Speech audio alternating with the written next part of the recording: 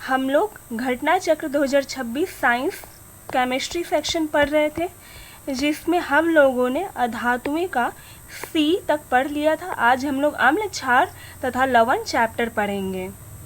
अम्ल, क्षार तथा लवण, ठीक है। दही, नींबू का रस, संतरे का रस, सिरके का स्वाद खट्टा होता है। इन पदार्थों का स्वाद खट्टा इसलिए होता है क्योंकि इनमें अम्ल यानी एसिड होते हैं। ऐसे पदार्थों की रासायनिक प्रकृति अम्लीय होती है। एसिड शब्द की उत्पत्ति लैटिन शब्द एसियर से हुई है, जिसका अर्थ खट्टा होता है। इन पदार्थों में पाए जाने वाले अम्ल प्राकृतिक अम्ल होते हैं। सामान्यतः ऐसे पदार्थ जिनका स्वाद कड़वा होता है और जो स्पर्श करने पर साबुन जैसे लगते हैं, क्षारक कहलाते हैं। इन पदार्थों की प्रकृति क्षारकीय कहलाती है। क्षार सभी क्षारक जल में घुलनशील नहीं होते हैं। जल में घुलनशील क्षारक को क्षार कहते हैं। कुछ अम्ल क्षार इस प्रकार है: NOH यानी sodium hydroxide, KOH potassium hydroxide, CaOH2 calcium hydroxide, NH4OH ammonium hydroxide. Note: सभी क्षार क्षारक होते हैं, परंतु सभी क्षारक क्षार नहीं होते। क्षार तथा अम्ल की प्रबलता: किसी क्षार या अम्ल की प्रबलता उसके द्वारा उत्पन्न H+ आयन या OH- आयनों की संख्या पर निर्भर करती है। किसी अम्ल या क्षारक की प्रबलता हम एक सार्वभौमिक सूचक द्वारा ज्ञात कर सकते हैं। इस सूचक को pH स्केल कहते हैं। यह स्केल 0 से 14 यानी अति क्षारीय तक pH मान ज्ञात करने के लिए उपयोग में लाया जाता है। शुद्ध जल उदासीन है। मानक परिस्थितियों में इसका pH मान 7 है। प्रबल अम्ल अधिक मात्रा में H+ आयन उत्पन्न करते हैं। उदाहरण HCl, H2SO4, HNO3। दुर्बल अम्ल कम मात्रा में आयन उत्पन्न करते हैं। उदाहरण CH3COOH, H2CO3 यानी कार्बोनिक अम्ल। प्रबल क्षार का क्या है? प्रबल क्षार अधिक मात्रा में OH- आयन उत्पन्न करते हैं, जैसे सोडियम हाइड्रोक्साइड यानी NaOH, पोटेशियम हाइड्रोक्साइड यानी KOH और कैल्शियम हाइड्रोक्साइड यानी CaOH। दुर्बल क्षार क्या होता है? ये कम OH- आयन उत्पन्न करते हैं, जैसे NH4OH, अमोनिया हाइड्रोक्साइड। कोई पदार्थ अम्लीय है तो क्षार के इसका परिरक्षण करने के लिए विशेष प्रकार के पदार्थों का उपयोग किया जाता है। ये पदार्थ सूचक कहलाते हैं। सूचकों को जब अम्लीय अथवा क्षारकीय पदार्थ युक्त विलयन में मिलाया जाता है तो उनका रंग बदल जाता है। हल्दी, लिटमस, गुड़हल की पंखुड़ियाँ आदि कुछ प्राकृतिक रूप से पाए जाने वाले सूचक हैं। अम्ल का नाम: एसिटिक अम्ल। एसिटिक अम्ल किसमें पाया जाता है? तो सिरका में पाया जाता है। फॉर्मिक अम्ल चींटी का डंक में पाया जाता है। साइट्रिक अम्ल नींबू कुल के फल जैसे संतरा, नींबू आदि। लैक्टिक अम्ल दही में। ऑक्जेलिक अम्ल पालक में। एस्कॉर्बिक अम्ल आंवला, सिट्रस फल में पाया जाता है। टार्टरिक अम्ल इमली, अंगूर, कच्चे आम आदि में पाया जाता है। अम्ल क्षारक का नाम है और किसमें पाया जाता है क्षारक, ये बता रहा है। कैल्शियम हाइड्रोक्साइड चूने का पानी में पाया जाता है। अमोनियम हाइड्रोक्साइड खिड़की के कांच आदि साफ करने के उपयुक्त मार्जक में। सोडियम हाइड्रोक्साइड या पोटेशियम हाइड्रोक्साइड साबुन के निर्माण में उपयोगी। मैग्नीशियम हाइड्रोक्साइड दूधिया मैग्नीशियम यानी मिल्क ऑफ मैग्नीशिया में। अम्ल, क्षारक स्वाद में अम्ल खट्टा होता है और क्षारक स्वाद में कड़वे होते हैं। अम्ल नीले लिटमस पत्र को लाल में बदल देता है। क्षारक लाल लिटमस को नीले में बदल देते हैं। जैसे कि अम्ल का उदाहरण क्या हो गया? तो HCl, सल्फ्यूरिक अम्ल यानी H2SO4, नाइट्रिक अम्ल HNO3, एसिटिक अम्ल CH3COOH। क्षार का उदाहरण क्या हो गया? Sodium hydroxide, potassium hydroxide, calcium hydroxide और अमोनियम हाइड्रोक्साइड। प्रकृति सूचक लिटमस एक प्राकृतिक रंजक। लिटमस के बारे में बात हो रहा है। सबसे सामान्य रूपों से उपयोग किया जाने वाला प्राकृतिक सूचक लिटमस है। इसे लाइकेनों से निष्कर्षित किया जाता है। आसुत जल में इसका रंग मौ यानी नील शोन होता है। जब इसे अम्लीय विलयन में मिलाया जाता है तो ये लाल हो जाता है और जब क्षारीय विलयन में मिलाया जाता है तो ये नीला हो जाता है। यह विलयन के रूप में अथवा कागज की पट्टियों के रूप में उपलब्ध होता है, जिन्हें लिटमस पत्र कहते हैं। सामान्यतः यह लाल और नीले लिटमस पत्र के रूप में उपलब्ध होता है। ऐसे विलयन जो लाल अथवा नीले लिटमस पत्र के रंग को परिवर्तित नहीं करते,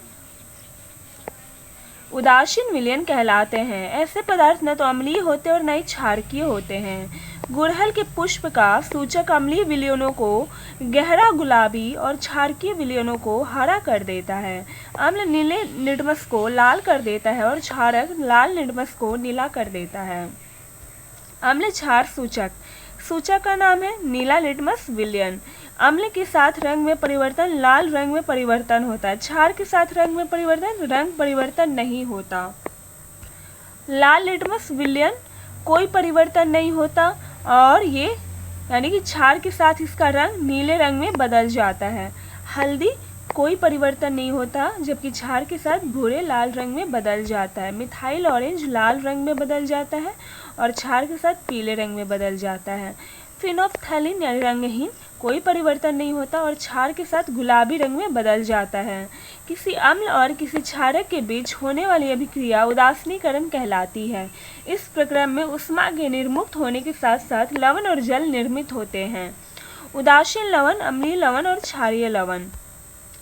प्रबल अम्ल, उदासीन लवण क्या हुआ? प्रबल अम्ल प्लस प्रबल क्षार मिलकर उदासीन लवण बनाएगा। pH मान इसका 7 होता है। उदाहरण NaCl और CaSO4।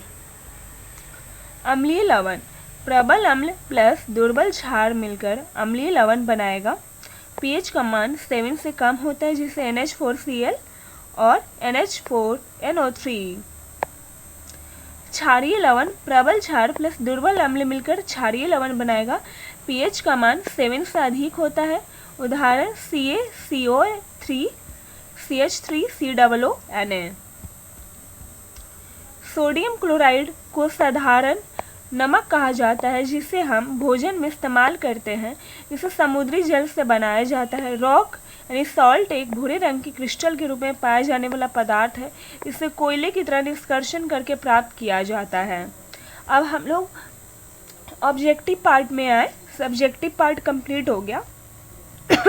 पहला क्वेश्चन है एंटासिड होते हैं तो एंटासिड भस्म होते हैं। एंटासिड भस्म होते हैं। ये aluminium hydroxide, magnesium hydroxide, magnesium carbonate, magnesium trisilicate, calcium carbonate आदि अवयवों से मिलकर बने होते हैं। इसका उपयोग औषधि के रूप में पेट में बने ज़्यादा एसिड को कम करने या उसे बनने से रोकने में किया जाता है। स्वर्णकारों द्वारा प्रयोग में आने वाला एक्वा रेजिया निम्नलिखित को मिलाकर बनाया जाता है। तो नाइट्रिक अम्ल तथा हाइड्रोक्लोरिक अम्ल मिलकर एक्वा रेजिया बनता है।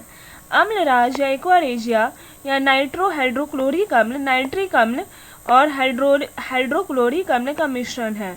यह अत्यंत संक्षारक अम्ल है।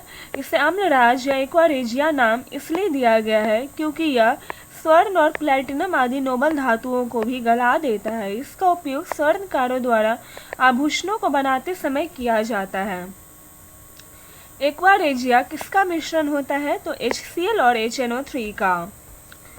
एक्वा रेजिया एक अत्यधिक प्रबल ऑक्सीडाइजिंग मिश्रण है जिसमें सांद्र HCl और सांद्र HNO3 को सामान्यतः 3:1 के अनुपात में मिलाया जाता है।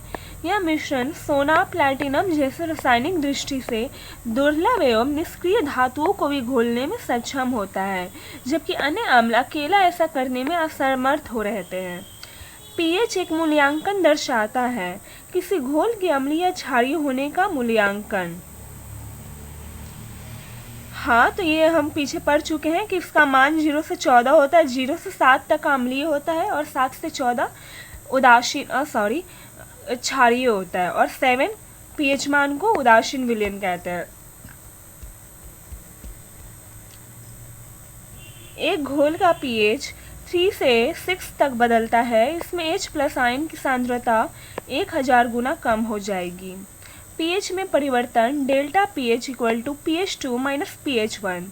pH2 की कम वैल्यू 6 है, pH1 का वैल्यू 3 है, घटाएंगे 3 हो जाएगा। फिर H+ आयन की सांद्रता का अनुपात क्या होता है? तो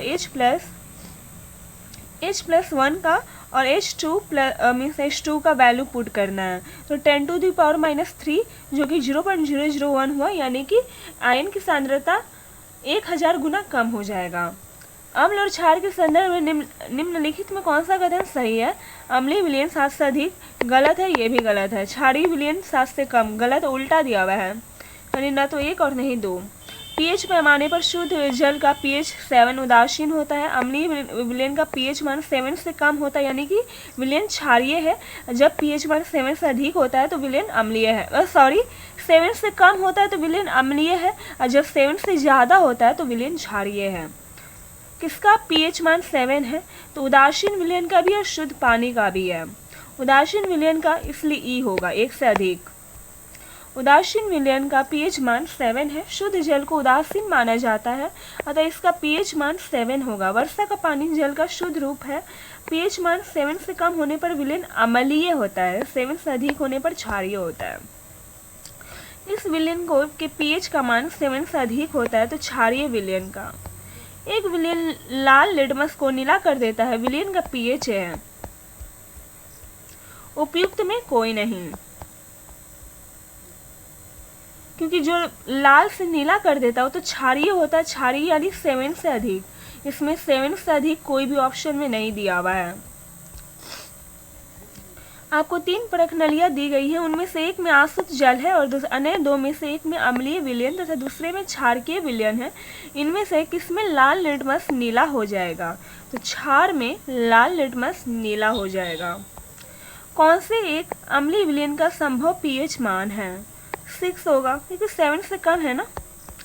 0.1 NaCl समाधान का पीएच मान है लगभग 1.0 है। इसी जलीय विलयन का पीएच निम्न सूत्र से निकाला जाता है। पीएच का फॉर्मूला क्या होता है? -log बेस 10 है और H+। यहाँ पे वैल्यू पुट किए 0.1 NaCl विलयन में, तो 0.1 मोल पीएच का गणना किए, तो -log बैठाया, बेस बैठाया, फिर इस तरह -1 10 टू द पावर log 10 का वैल्यू 1 होता है, तो -1, क्योंकि माइनस दिया हुआ है तो -1, फिर +1 हो गया। शुष्क HCl गैस शुष्क लिटमस पत्र का रंग क्यों नहीं बदलती? तो कोई H3O+ आयन मौजूद नहीं होंगे। लिटमस केवल H3O+ आयन की उपस्थिति में रंग बदलता है।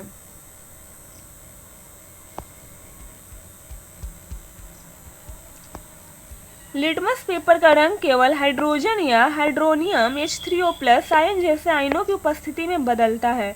शुष्क HCl गैस शुष्क नीले लिटमस कागज का रंग परिवर्तित नहीं करती, क्योंकि इसमें H+ आयन नहीं होते हैं। इस परिदृश्य में न तो HCl गैस जलीय रूप में है, न ही लिटमस कागज नम है, अतः लिटमस कागज का रंग परिवर्तित नहीं होगा। रसायन उद्योग में कौन सा तेजाब मूल रासायनिक माना जाता है? तो H2SO4। निम्नलिखित में किसकी मात्रा अम्ल वर्षा में सबसे अधिक होती है? H2SO4 की।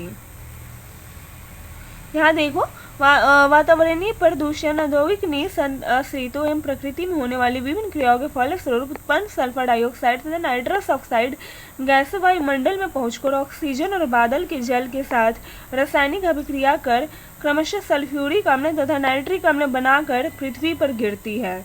इसे अम्ल वर्षा या अम्लीय वर्षा कहते हैं। अम्ल वर्षा में सामान्यतः सल्फ्यूरिक अम्ल की मात्रा सर्वाधिक होती है। अम्ल वर्षा का घटक है A और B दोनों, HNO3 और H2SO4 दोनों। अम्ल वर्षा में कौन अम्ल उपस्थित रहता है? तो नाइट्रिक अम्ल उपस्थित रहता है। ताजमहल के संगमरमर का रंगहीन और चमकहीन होने का कारण क्या है? अम्ल वर्षा है। अम्ल वर्षा में सल्फर डाइऑक्साइड और नाइट्रोजन ऑक्साइड जैसी गैसें शामिल होती है, जो जल के वाष्प के साथ मिलकर सल्फ्यूरिक और नाइट्रिक अम्ल बनाती है।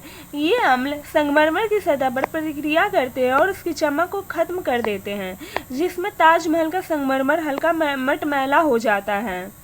कॉपर सल्फेट का जलीय घोल अम्लीय होता है, क्योंकि इस लवण का जल अपघटन होता है। कॉपर सल्फेट या नीला थोथा का जलीय विलयन अम्लीय होता है, क्योंकि इसका जल अपघटन होता है। यहाँ पे इसका फॉर्मूला दिया हुआ है। इस प्रकार कॉपर सल्फेट जल से अपघटित होकर अम्लीय हो जाता है। चूंकि H2SO4 अधिक अम्लीय होता है तब विलयन अम्लीय हो जाता है। इस प्रकार CuSO4 अधिक अम्लीय कमजोर क्षार का यौगिक है।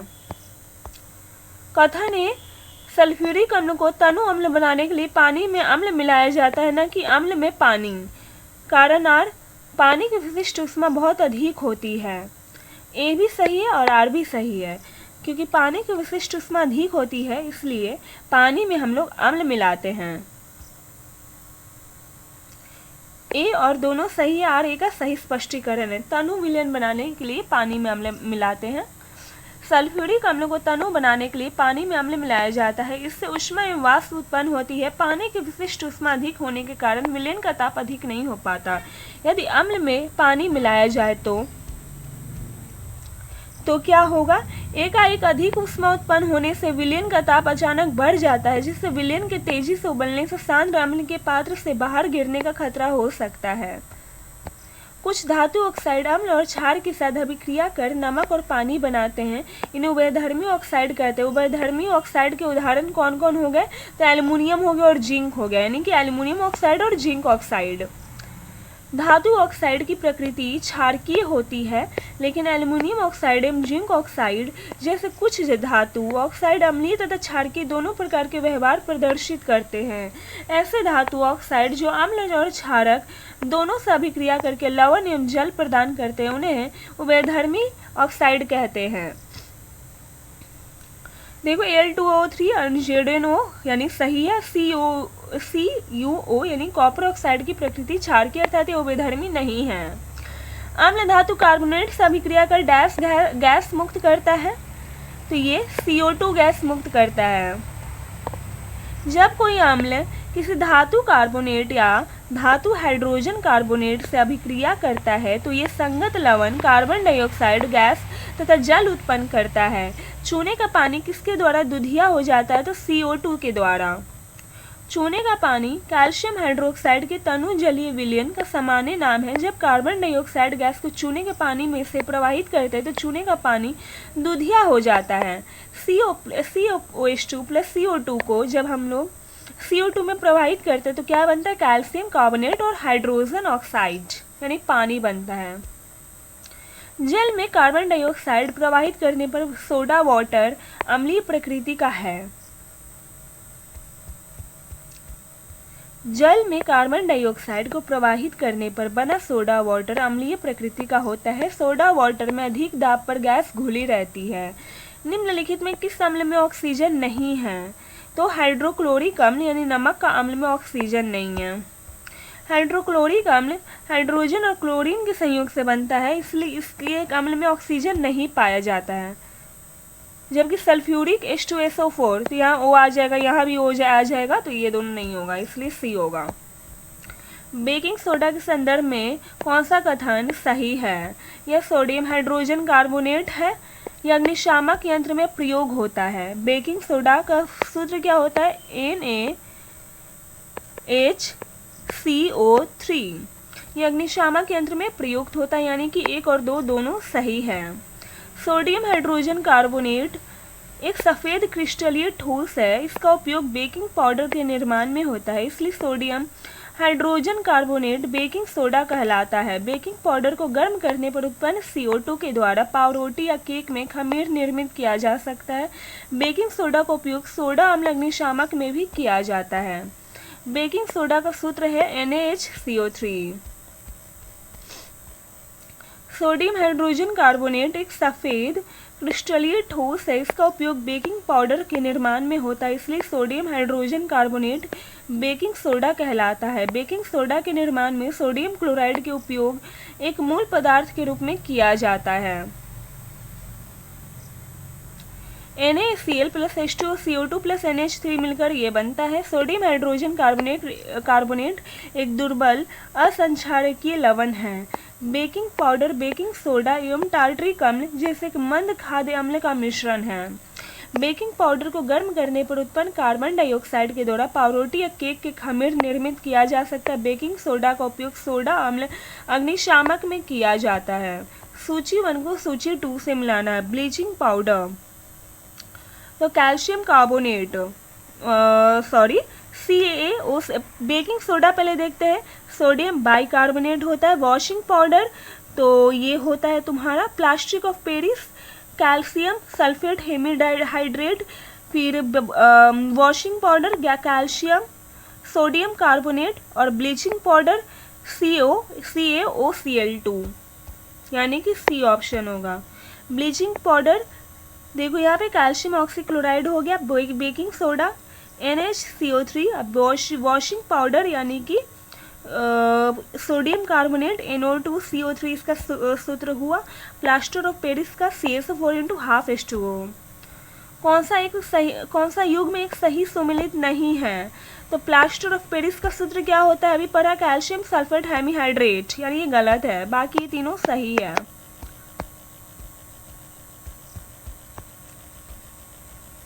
नीला थोथा क्या है? तो कॉपर सल्फेट है नीला थोथा। नीला थोथा कॉपर एवं सल्फेट का एक यौगिक है, इसका सूत्र कॉपर सल्फेट × 5H2O है। नीला थोथा रासायनिक रूप है, तो ये कॉपर सल्फेट का रासायनिक रूप है। पानी की टंकी में फंगी को नष्ट करने के लिए इस्तेमाल किए जाने वाला रसायन कौन है? तो ये कॉपर सल्फेट हो गया।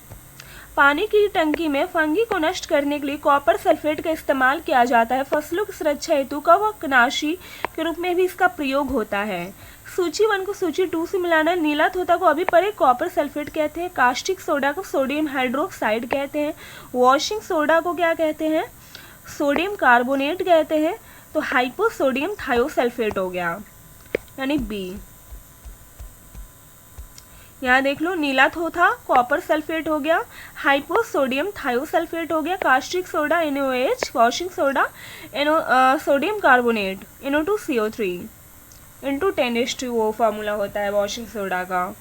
यही सेम दिया हुआ है, नीला थोथा कॉपर सल्फेट हो गया, एप्सम सॉल्ट मैग्नीशियम सल्फेट हो गया, बेकिंग पता है, कास्टिक सोडा NaOH। खाने का सोडा है sodium bicarbonate, sodium hydrogen carbonate, sodium bicarbonate NaHCO3 एक सफ़ेद क्रिस्टलीय ठोस है। इसका उपयोग बेकिंग पाउडर में होता है, इसलिए sodium hydrogen carbonate baking soda कहलाता है। बेकिंग सोडा है sodium hydrogen carbonate. Baking soda का रासायनिक सूत्र है NaHCO3, बेकिंग सोडा NaHCO3। धोने का सोडा का रासायनिक नाम है NO2CO3 × 10H2O। धोन सोडा का रासायनिक नाम क्या हो गया? Sodium carbonate.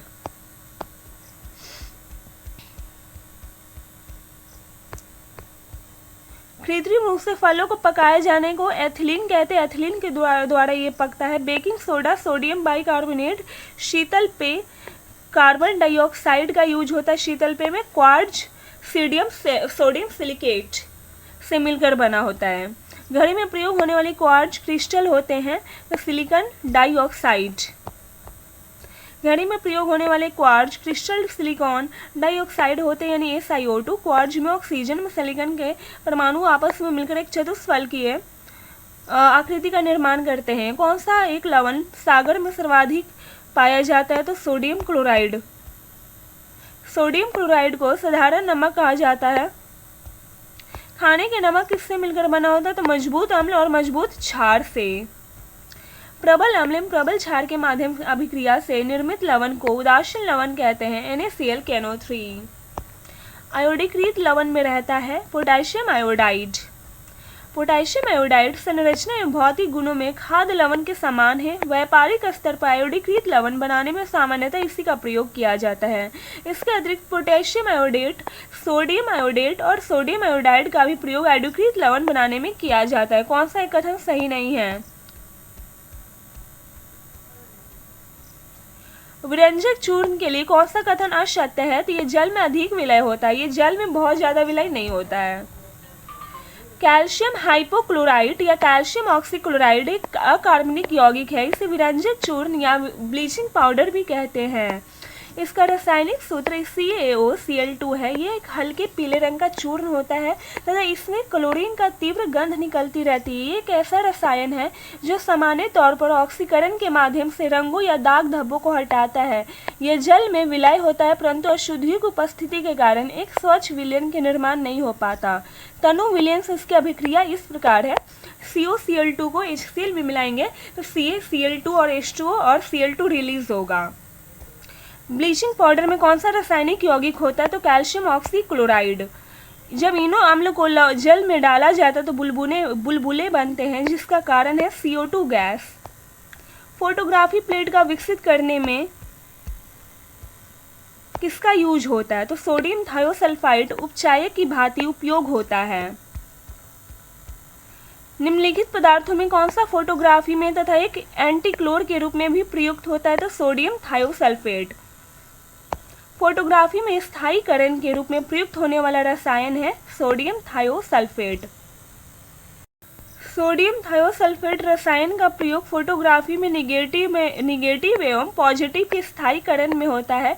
इसका उपयोग चांदी और सोने के निष्कर्षण में भी किया जाता है। फोटोग्राफी में स्थिर करने के रूप में प्रयुक्त होने वाला रासायनिक पदार्थ है तो सोडियम थायोसल्फेट। फोटोग्राफी में प्रयुक्त होने वाला हाइपोविलियन जलीय विलयन है सोडियम थायोसल्फेट का। फोटोग्राफी में उपयोगी तत्व है सिल्वर ब्रोमाइड। फोटोग्राफी प्लेट विकसित करने के लिए उसे विकसित करने वाले घोल में तब तक रखा जाता है जब तक उस पर लगा समस्त सिल्वर ब्रोमाइड घोल नहीं जाता। फोटोग्राफी की प्लेट पर निम्नलिखित में किसकी परत चढ़ाई जाती है? तो ये तुम्हारा इसकी सिल्वर ब्रोमाइड की परत चढ़ाई जाती है। कहाँ पर है ये ऑप्शन? अच्छा, बी में ही है, सिल्वर ब्रोमाइड की परत चढ़ाई जाती है फोटोग्राफी की प्लेट पर। स्मार्ट फिल्म के लिए किस सामग्री का उपयोग किया जाता है? ये बीपीएससी 2025 का लेटेस्ट क्वेश्चन है जो पूछा गया है। Indium tin oxide. Smart film या स्विच बल स्मार्ट फिल्म आमतौर पर PADLC यानी polymer dispersed liquid crystal film होती है। स्मार्ट फिल्म की पारदर्शी चालक परत के लिए सामान्यतः इंडियम टिन ऑक्साइड लेपित PET या कांच का उपयोग किया जाता है। कैल्शियम कार्बोनेट मुख्यतः सीमेंट, चूना निर्माण, फिलर सामग्री आदि में उपयोग में आता है।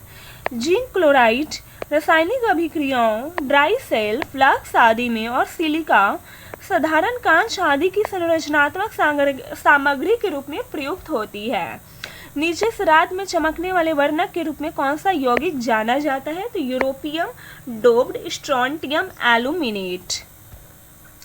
रात में चमकने वाले वर्णक वे पदार्थ होते हैं जो पहले प्रकाश ऊर्जा को अवशोषित कर लेते हैं और फिर अंधेरे में लंबे समय तक धीरे धीरे प्रकाश उत्सर्जित करते रहते हैं। दिए गए विकल्पों में यूरोपियम डोप्ड स्ट्रोंटियम एल्यूमिनेट है ही वो यौगिक है जो नीचे से रात में चमकने वाले वर्णक के रूप में सुविख्यात और व्यापक रूप से प्रयुक्त है।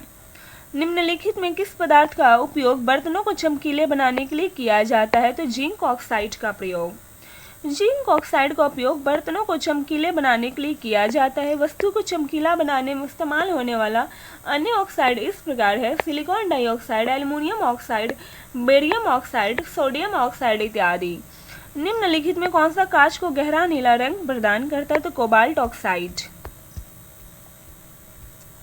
गहरे नीले रंग का कांच कोबाल्ट ऑक्साइड के प्रयोग द्वारा निर्मित किया जाता है। लाल कांच का निर्माण गोल्ड क्लोराइड के प्रयोग द्वारा किया जाता है। तो हमारे यहाँ पे चैप्टर कंप्लीट हुआ। Thank you.